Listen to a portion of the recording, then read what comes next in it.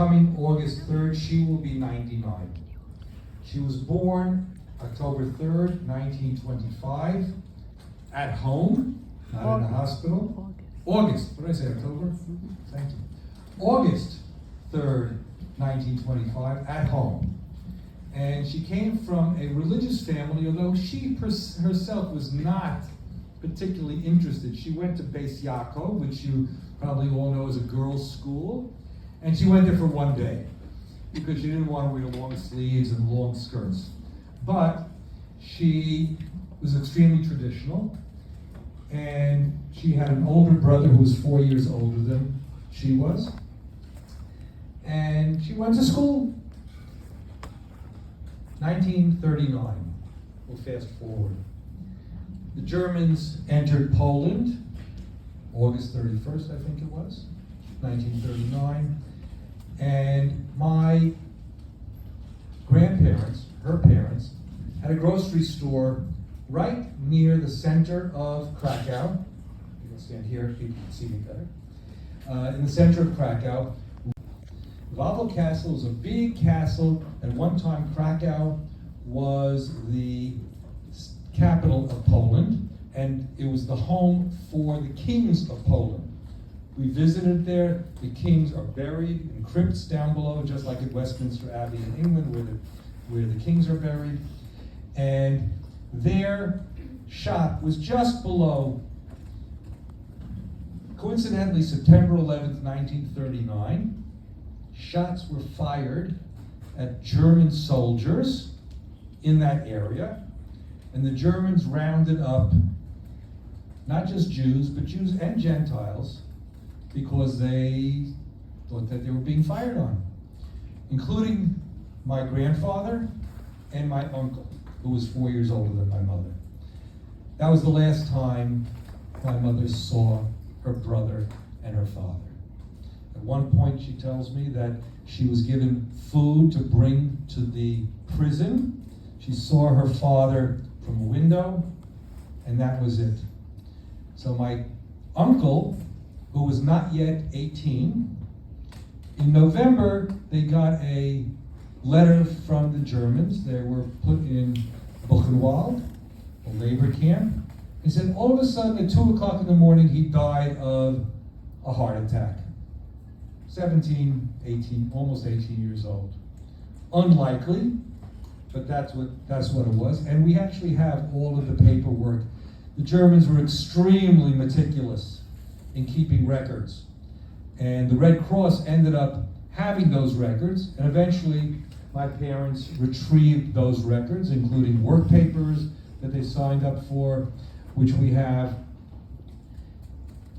Come the spring of 1940, they get another telegram, this about my grandfather, who also died from pneumonia. Also happened to be 2 o'clock in the morning. And shortly thereafter, my mother received a telegram with her mother, my grandmother, with money. That was their work wages for what they were supposed to have earned in the labor camps. But we all know what really happened to them. 1942 comes, and my grandmother is separated from my mother. She was going to the east. She was being displaced in transit. And as my mother tells me, at that time, they thought there was just going to be a temporary separation. And in fact, my grandmother said to my mother, "Here's my sweater, it's the summer, send it to me when it gets cold." That was the last time my mother ever saw her mother. So at the age of 17, 16, she was orphaned. She had some cousins that lived there, and she was able to work at the airport. Anybody see the movie Schindler's List? Something to see for you younger children. Maybe not yet, but soon. I think you've all read it. I will tell you that when I was a teenager, we did not have Yom HaShoah. It was too close to what happened in 1940, between 1940 and 45. So we didn't know anything about it. I was interested in speaking to my mother about it. She did not want to talk about it. She did not want to subject me and I had a twin brother, didn't want to subject us to the horrors. So she kept it all inside. Eventually, we were persistent, and she said, "You want to know my story?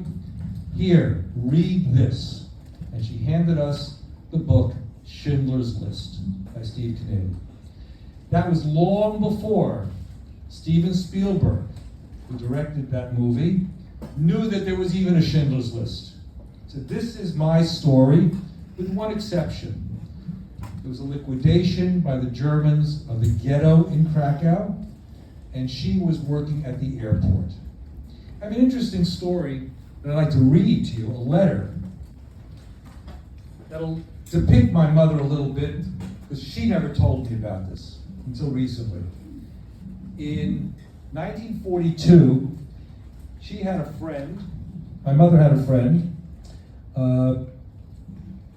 what's her name? Just a second. Chala. Her name was Chala. And she ultimately moved to Canada. And she had a daughter, Adele. And Adele wrote this letter to my mother a few years ago. And I'd like to read it to you. It'll tell you a little bit about what the feeling was at that time. Dear Paula and David. David was my father, Paula Fishman. Thank you for your heartfelt and kind words. We truly feel your sadness and compassion. This was about her mother's death. My mother always spoke of Paula with so much happiness and love. Before I met Paula, which I believe was in Israel in 1987 for the first time, I had heard about my mother's amazing childhood friend. My mother described Paula as not only beautiful, but very smart, funny, and kind. My mother credits Paula for changing her fate and ultimately surviving the war. Paula arranged for my mother and grandmother Dora to work for the Wehrmacht at the airport, that's the German Air Force, during 1942 to 43. My mother told me, quote, "This was the worst year of the war, and because of Paula, we avoided Auschwitz." Paula was a heroine, and when we finally met in Israel, I was not disappointed. Paula lived up to her reputation as a beautiful, smart, funny, kind, and powerful lady. I am so sorry that it has been so long since we have seen each other, but the feelings and closeness between you and Chala and our families remain strong no matter what. My entire family joins me in wishing you only nachas from your children, peace, joy, and love. With love, Adele. That's something I didn't know until not so long ago. And it told me more about my mother than I had known before. So let me go back. 1942, 43, come to 1944, and Oskar Schindler is an Austrian who's now complicit with the Germans in factory and building and making munitions. And all of a sudden he comes up to a situation where he needs workers, and he's working in Krakow. And in the movie you'll see there's a man named Isaac Stern who helps him get workers for his plant. They're making pots and pans.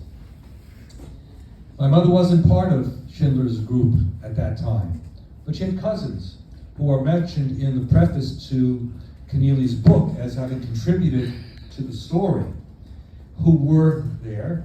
My mother was still working at the airport.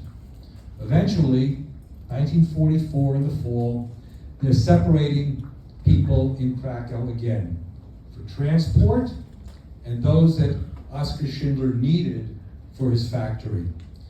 And my mother, who was at her highest height, she was 5 feet tall. She's a little shorter now. She ran across the street to Schindler's List and asked him, and Schindler was a big man, asked him whether she can join her cousins on the to live list. And he said, "Go back there, I'll come back to you." She didn't listen to him. She ran across, and she remembers him telling her in German, "Little one, you were going to get here anyway.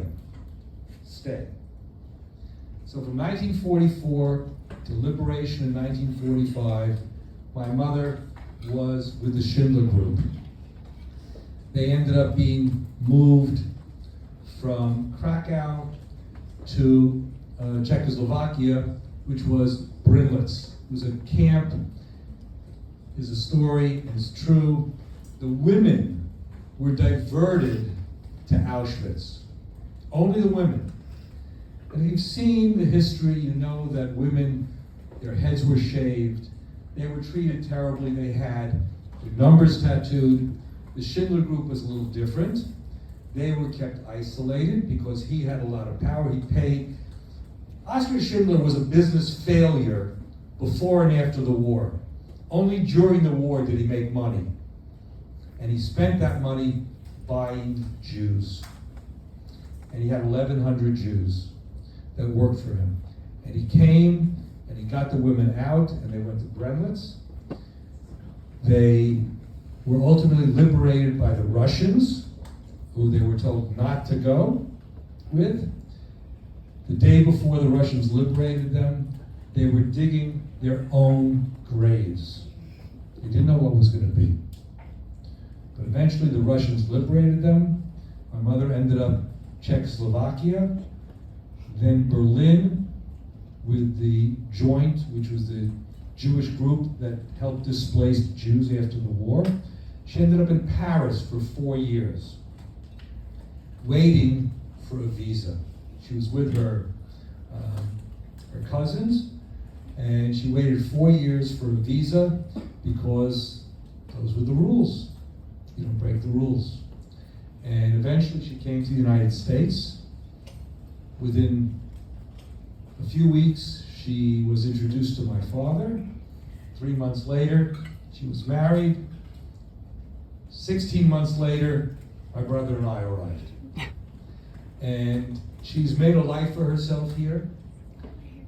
2 children, 5 grandchildren, 11 great-grandchildren. By the end of this year, God willing, 10 of them will be bar bat mitzvah, with 1, God willing, she should live and be well 4 years from now still. But she's made a life for herself. She's a stoic woman, tough woman. The war taught her how to be tough. You know, if you haven't been to Poland yet, you must go to Poland. When the time comes that you can go, you must go to Poland and see what happened to our people.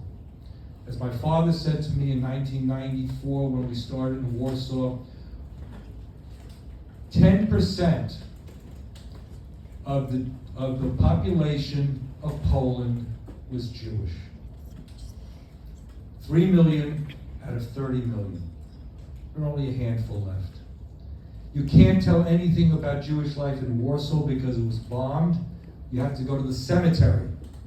And there you can see the history of Jews in Poland going back to the 1600s. My mother happens to be a descendant on her father's side of chief rabbis of Krakow that go back to the early 1600s. You can trace my father's lineage in the forest of Yashin, which is in the southern part of Poland, to at least the early 1800s. And there's a history of our people, of your people. And unlike the cemeteries here, where you see when a person was born and when they died, there you see monuments which tell you more. A young person, you see the history. Was he a tailor? Was he a butcher? You see that all on the matzevot, on the monuments in the cemetery. And you will not, as much as you will learn, as much as you will be told, you will never have the feeling inside of what it's like to be a descendants of survivors, which we all are, until you go and you see it for yourself and you have your personal, visceral reaction, whether it's tears, whether it's pride. When I was first time in Auschwitz-Birkenau, where the bombed out crematoria, I stood there and I said, you know, it's funny. I feel a sense of pride. Here I am, a child of survivors who survived the war. And there are the Germans, who if they put their mind to winning the war, could have won the war. Instead, they put their mind to killing our people. And here I am standing, and they're gone, which happens to be true for all our history. There's no other people in history that have been displaced for over 2,000 years and come back to their own land, whose language was disappeared, and now it's back. Hebrew is a vibrant language. We just came back from Israel. What a country. When you have the chance to be there, whatever it costs, whatever it does, you go and you live and you see what's going on there. Let me connect something with October 7th, which I heard last night from the Prime Minister and the President. October 7th was not genocide. They tried to make it genocide, but they didn't succeed. Okay? The difference between October 7th and World War II is we have a land of Israel. We have our own army. We have our own place. We have a homeland. They need us, the American community, and we need them. That's why, as much as it is to be great for Aliyah, and many of you probably will at one point make Aliyah, the American Jewish community is an important part of world Jewish community and the support of the State of Israel. The last thing that Netanyahu said, which he repeated in English for the world to see, to hear, is that we do not give in. If we have to go it alone, we're going to go it alone. We're going to defend ourselves. Jews didn't have that opportunity until 1948. And we're going to defend ourselves, whether it's alone or with the help of the world community. I'd like to conclude by telling you that 2.5 years ago, my brother and I interviewed my mother for her life story. And it took us a long time to get her to agree. She did not want to testify for the Shoah Project. She didn't want even this to be dispersed to other people. Eventually she relented and asked me, how many of your friends did you show it to? I said, you told me not to show it to them. No, show it to them. At the end of the interview that my brother and I did, because all of our other questions were edited out so that the story could be told by my mother, my brother asked her one question, and I asked her a second question. And I'd like you to listen to the questions and her answers, because she is fully cogent as she was 80, 90 years ago.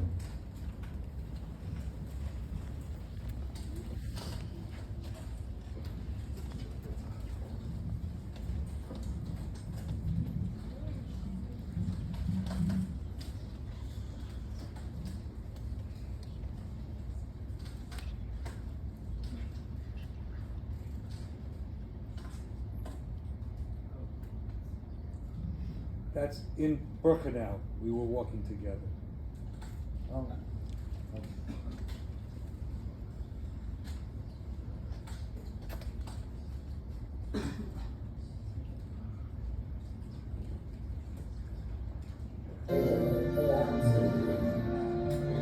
Upstate, and then I gave birth to twins who are asking me the questions. So what do you believe we can do to fight indifference, hatred, racism, and anti-Semitism today? Education, education, and education. And as a result of all that you've experienced both during and since the Holocaust, and what you know about this world, are you optimistic about the future? Semi-optimistic.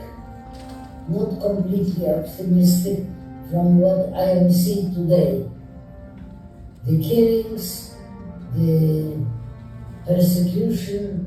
If you look back on that 96 years, what do you consider your greatest accomplishment in your life has been? I don't have any accomplishments beyond being a daughter, a mother,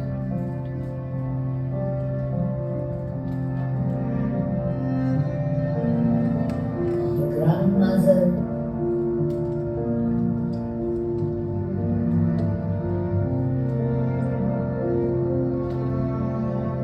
great-grandmother.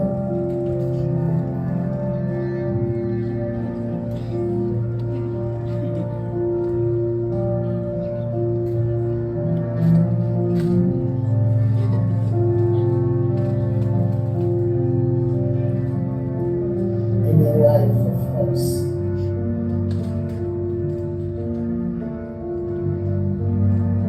You've got 2 children, 5 grandchildren, 11 great-grandchildren. Thank God. What message would you like them to take from your life? And what would you hope to pass on to them? Be strong, have your own mind, do the right thing,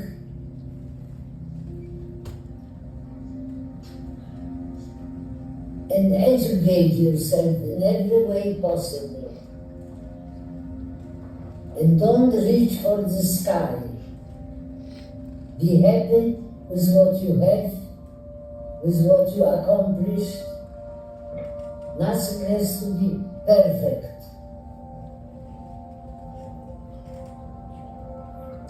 Thank you. Thanks, You're Mom. welcome. You did a wonderful job.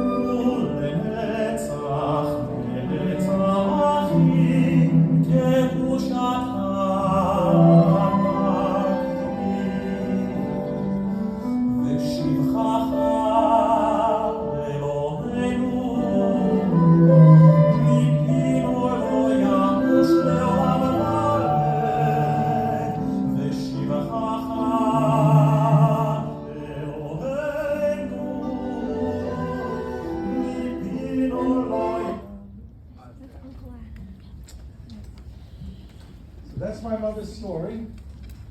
Not every detail, but pretty good, I think. And she has her mind together. She called me today, asked me my home. When am I going to see you? I have a lot of things to do with you. And I said, I'll see you, God willing, tomorrow.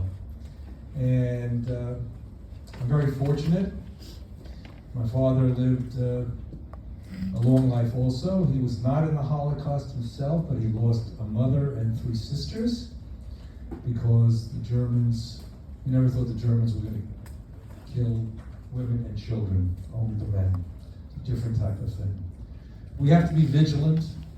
You all know what's going on college campuses today. And another thing that Netanyahu said yesterday is, Israel is with us here in America to fight the anti-Semitism.